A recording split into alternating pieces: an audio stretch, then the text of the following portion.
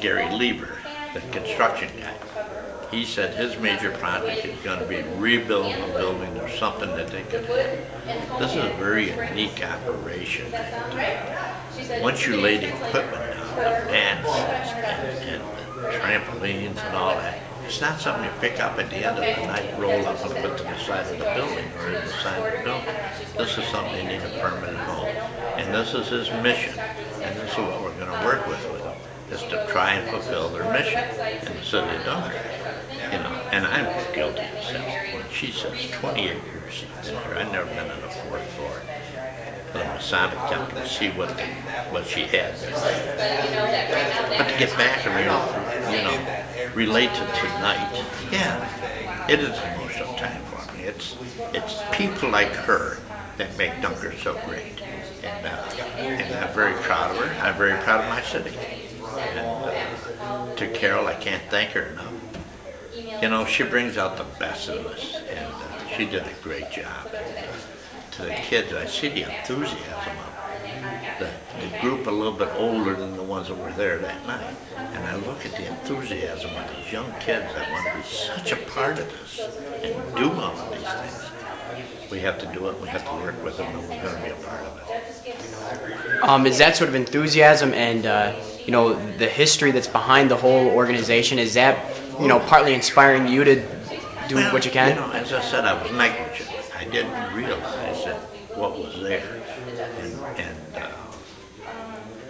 Gary Lieber, who's done so many projects for me in the city, he's built Little League, the dugouts down there. He's done it at no charge to the city. He's done a couple of projects for me in the city and stuff, you know, and he's been very fine. And when Gary said, I need to call in a favor, and I need you to help me. Find a location, help me here, help me there.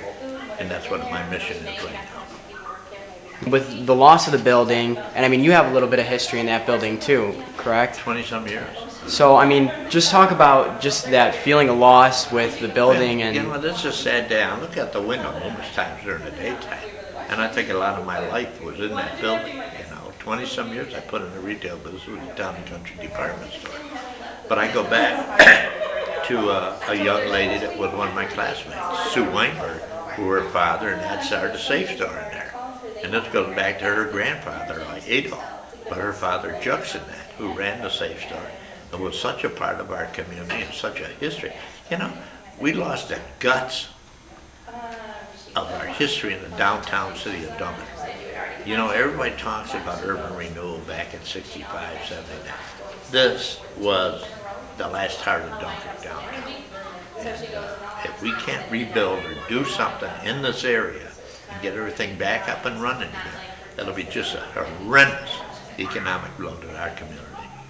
It's, we need to get the county office building back down there. We need to get the people back down there. We need to rebuild, do something, but we have to. You know, it's the old story, you know, one door closes but two doors open, and I think that's where we're going to be at this time in the city of Dunkirk, I think.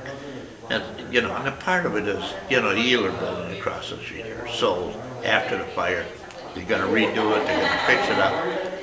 You know, would it have happened? No, it wouldn't have probably happened as fast. It would have happened, but not as fast as it happened because of the fire.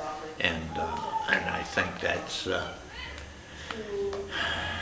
that door opening up and the other door closing. And we have an awful lot to look at over here yet. Right, and given the deck of cards that seems to be stacked against us, do you think it's possible to bring the downtown area back to life? No question about it. That's my mission. That's my mission. I will not let downtown Dunkirk fall apart. Because if it falls apart, this is the end of downtown Dunkirk. That's kind of the old story, you know, last one out, turn the lights out. I'm not going to let it happen. No. So it's not on your watch? Not on my watch.